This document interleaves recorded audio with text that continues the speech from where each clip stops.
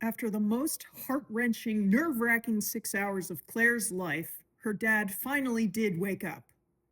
The 6 sea dragons were tougher than they appeared, and they hadn't let anyone near her dad's body, not even to help. She guessed the little dragons didn't know the difference between friend or foe, but still, this was her father. And to be prevented from going to him by 6 miniature creatures who were supposed to be imaginary, Dad was seriously going to have to explain himself. But for now, she was just happy he was awake. He'd been as still as death only moments before. Dad! Claire? His voice was barely audible, his lips barely moving. Dad, call off your pets, she shrieked. They won't let us get close and you need to go to the hospital. What pets? He murmured. But the dragons, upon finding him awake, had piled on top of him, stretching their sharp little heads on their long little necks toward his face.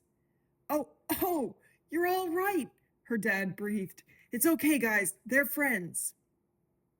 With her dad conscious enough to keep the dragons calm, Claire and the EMTs were able to get in and assess the damage. Tears that her anxiety had been holding in spilled down her cheeks. You've been shot twice. She clutched his hand as he was loaded onto a gurney. I thought you were dead. What were you thinking? The dragons sniffed at her, and one of them snapped, but her dad tapped it on the nose. Now, he said softly. She's my daughter. She's one of us. They seemed to understand, and after that, they left her alone, preferring instead to mildly terrorize the EMTs with their suspicious curiosity.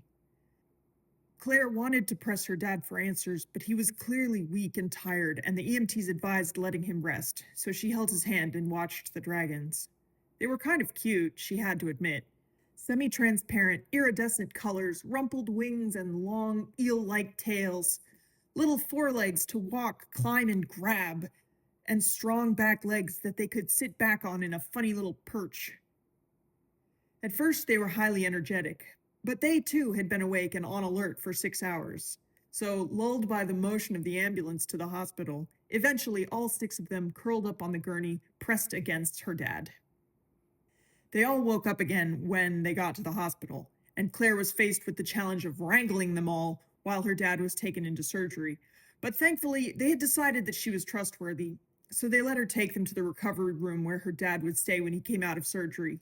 They weren't happy about it, and they ran, climbed, flew all around the room while they waited, but it was more for show than for destruction.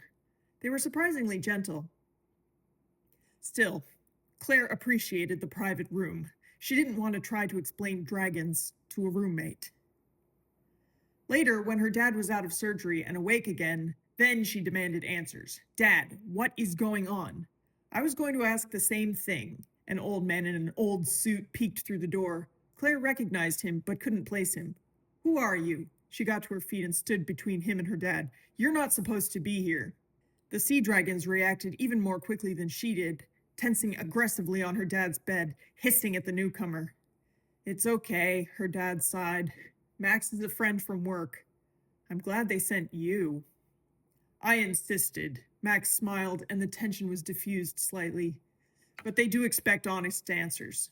Yes, I know. So do I, Claire reminded him.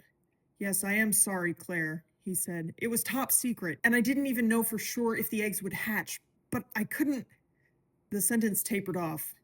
You couldn't let the agency exploit their lives for greed, Max finished for him in a low voice. No one will argue about that. The bosses wouldn't want it getting out that they were going to destroy the only known specimens of a species long thought extinct, if not completely legendary. But won't they just try to kill them now? Asked Claire. Oh, trust me, Max said. They're a lot more difficult to kill now that they're out of their eggs. And it was the eggs that had the developmental compounds that the agency was looking for. They'll still want to exploit them, her dad said. But if I protect them... Yes, Max shifted. They will want to study them, take any eggs they lay when they grow up, and domesticate and train the adults for their own purposes. We can't let them, her dad insisted. We can't. Max's eyes twinkled.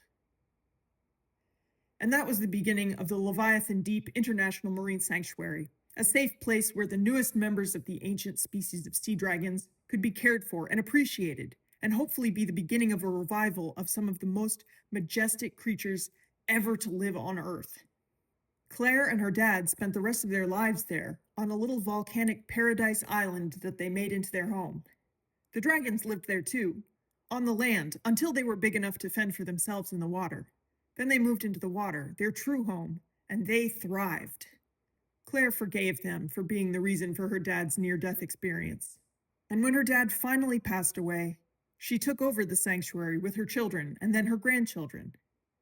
The sea dragons were long-lived, slow-growing, and although Claire's dad saw them grow to many times their hatching size, he never saw the next generation.